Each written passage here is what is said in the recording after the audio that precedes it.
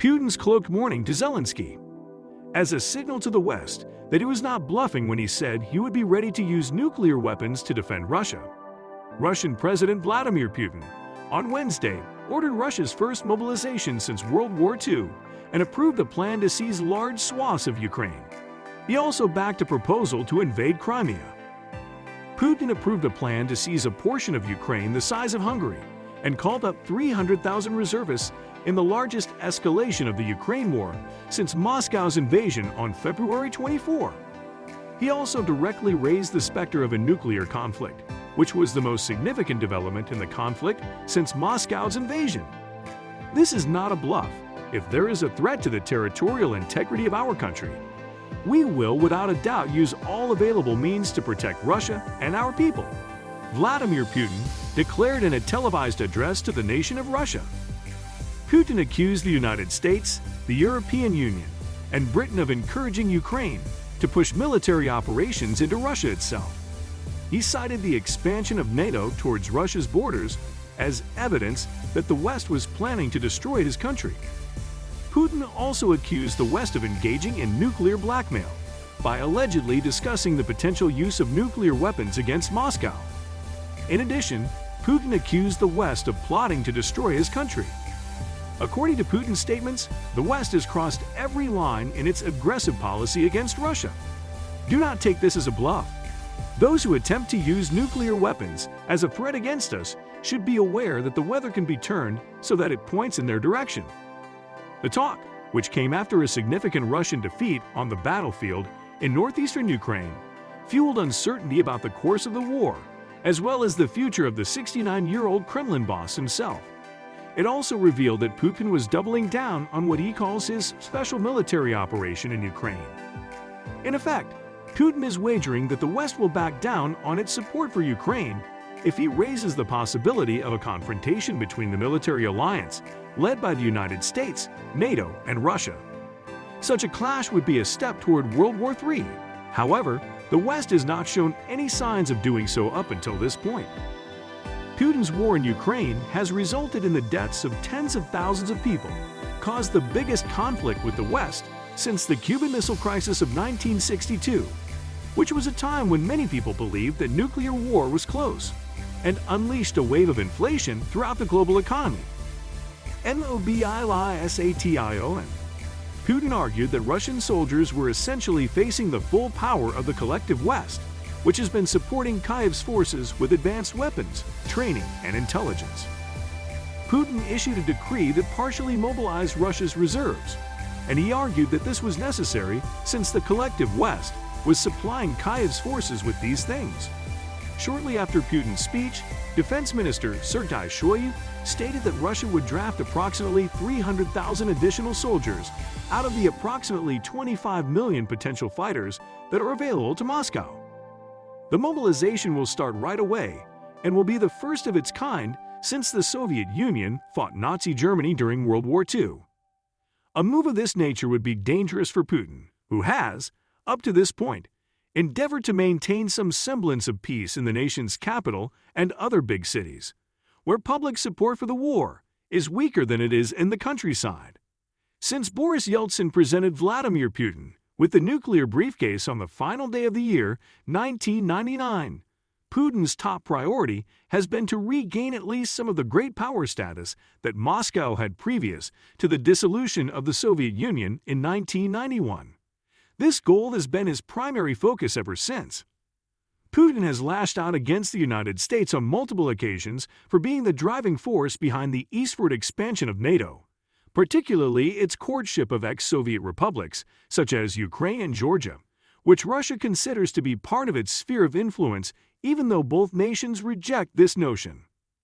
Putin asserted that high-ranking government officials in several leading NATO countries, which she did not identify, have discussed the possibility of employing nuclear weapons against Russia. He also accused the West of putting the world in danger of a nuclear catastrophe by allowing Ukraine to shell the Zaporizhzhia nuclear power station, which is under the hands of Russia. Ukraine has denied that this is the case. Annexation. The first step toward the formal annexation of a chunk of Ukraine the size of Hungary, Putin extended his unequivocal support to referendums that will be held in the coming days in swaths of Ukraine occupied by Russian soldiers. These referendums will be held in areas of Ukraine that are roughly the size of Hungary. Both the self-proclaimed Donetsk People's Republic (DPR) and the Luhansk People's Republic (LPR), both of which Putin recognized as independent just before the invasion, have requested elections, as have Russian-installed leaders in the regions of Kherson and Zaporizhzhia. We will support the decision on their future, which will be made by the majority of residents in the Donetsk and Luhansk People's Republics, Zaporizhzhia and Kherson, Putin stated. We will support the decision on their future. We have no moral right to hand over people close to us to the executioners, and we have no choice but to respond to their sincere desire to determine their fate. This sets the path for the legal annexation of around 15% of the land that is now held by Ukraine. Both the Western world and Ukraine have denounced the idea of the referendum as being unethical and fraudulent, and they have sworn to never accept the results of such a vote. Emmanuel Macron, the president of France, has referred to the plans as a parody. The Ukrainian capital of Kyiv has rejected allegations that it is oppressing ethnic Russians or Russian speakers. However, by formally annexing Ukrainian regions, Vladimir Putin is providing himself with the potential excuse to deploy nuclear weapons from Russia's stockpile, which is the largest in the world. The nuclear policy of Russia permits the use of such weapons if Russia is attacked with weapons of mass destruction or if the state of Russia is faced with an existential threat from conventional weapons. Putin made the following statement: "It is in our historical tradition, in the fate of our people, to stop those striving for world domination, who threaten the dismemberment and enslavement of our motherland, our fatherland," Putin stated. "It is in our historical tradition, in the fate of our people." Putin stated, "We will do it now, and it will be so," implying that the action will occur immediately. "I am confident in your assistance." If China sided with Russia in its conflict with Ukraine, Ukrainian President Volodymyr Zelensky issued a warning that a global war might ensue. When asked if Kyiv believed China would send weapons to Russia, he responded by saying, "I hope that Beijing will maintain a pragmatic attitude. You risk world war otherwise. I think they are well aware of that." In an interview with the prestigious Italian newspaper Corriere della Sera, which was published on Sunday, the paper had asked him if Kyiv believed China would send weapons to Russia. According to Zelensky, he has made a personal appeal to the leadership of China through direct channels and has also publicly urged China not to offer any support to Russia in the conflict. Since the early 1990s, when the Budapest Memorandum was signed, and for every deal that has been negotiated since then, China has always upheld its end of the bargain.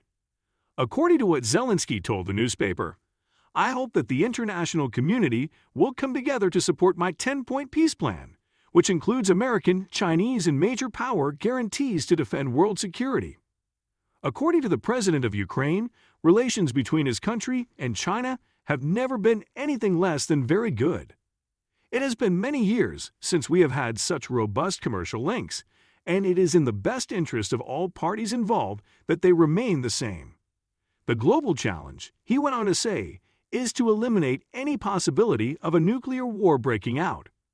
On Sunday, the United States Secretary of State Antony Blinken stated on the program Face the Nation on CBS that Washington is concerned that China is contemplating providing lethal support to Russia's war in Ukraine.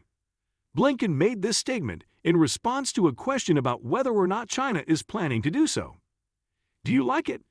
Kindly give your valuable response in our comment section below, and don't forget to subscribe to our YouTube channel for more interesting and informative videos.